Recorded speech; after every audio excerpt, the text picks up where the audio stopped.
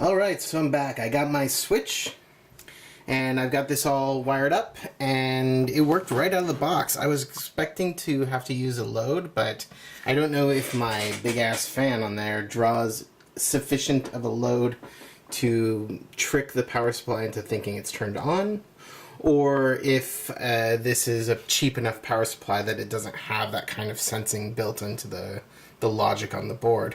But you can see right there, that's my new switch, the back side of it.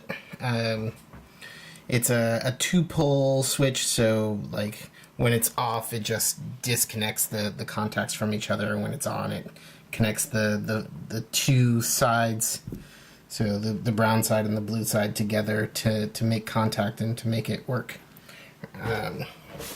So yeah, I was pleasantly surprised that I just put the switch on, soldered it up, made sure I plugged the fan in there, because I knew the fan would give it a load. I was hoping it would be enough, and to my surprise it was, or there's no load required. So this project is done. I've already checked it with the multimeter, and it's pretty close.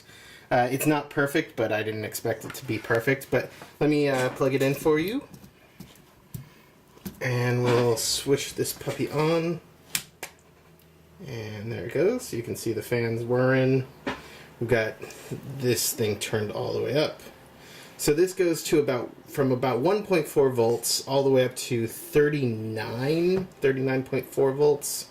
And the extremes get a little off.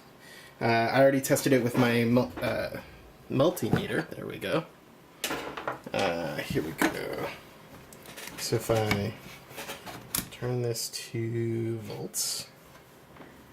So let me move this over here, and we will just plug that in there, and hopefully that makes contact. Let's see.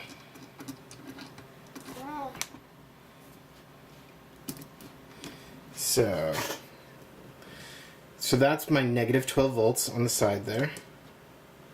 The next one is my positive 12 volts. And so it's pretty close on those.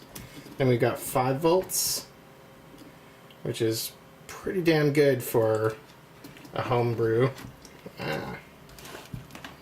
So we've got, come on, 3.3. Come on, stick in there. 3.3. That's a little high, but that's probably just the power supply. And then we have the variable port, which is down here. So I've got it all the way up at, oh wow, this time it's showing up really accurately. I wonder if it's my ground. That's interesting. So 39.3, and this is showing, coming back. There we go. 39.4. So pretty good, and if no, stay in. Stay in. Okay, are you gonna stay?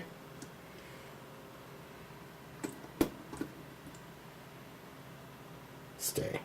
Okay, so it is reading a little high, 39.5, 39.3, but not exceptionally high, especially when you consider what it's doing.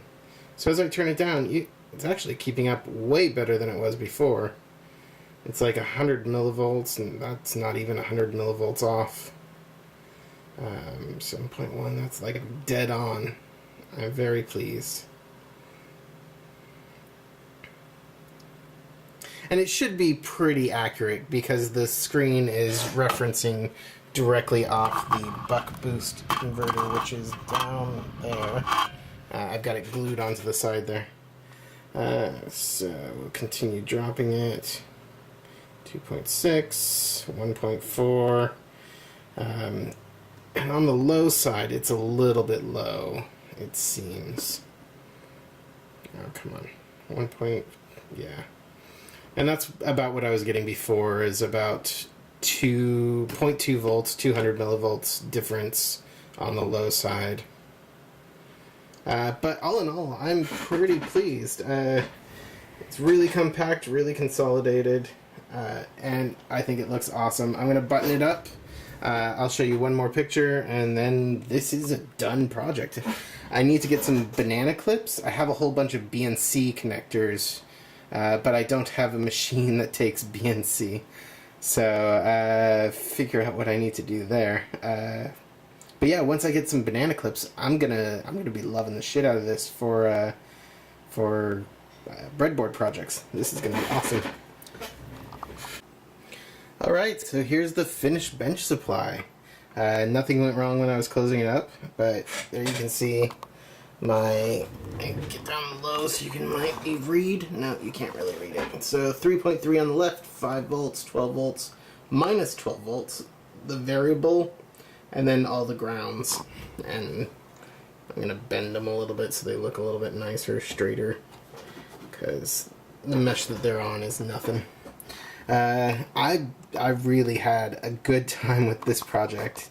I didn't have as many problems as probably some people, and definitely not as many problems as I was expecting to have.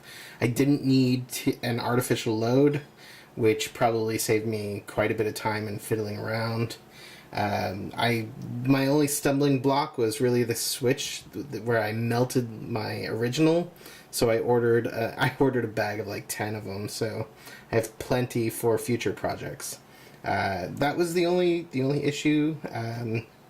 Everything checks out with my multimeter, and it's amazing. I still have all the other cables. I only sacrificed one serial ATA connector, so I have plenty of connections to run a computer off my bench top if I need to, and I'm really happy about that. I don't have a sense cable going into the main power connector, but that's fine. It'll just come on once I turn on the power, which is fine. I also remember that I hardwired it to 115, so I can't take it to another country without using a transformer, but that's fine. I don't ever plan to take this to another country. But yeah, I'm super happy with it. This is going to give me a lot of use for breadboarding projects where I can simulate battery power or figure out what kind of voltage I need to provide through batteries in a DC power situation. This was one of my favorite HackerBox projects, and I think they should have probably done this sooner, because this is going to be useful for so many HackerBoxes in the future. But yeah, this is Jason with Novice Temps. Thanks for watching. Bye.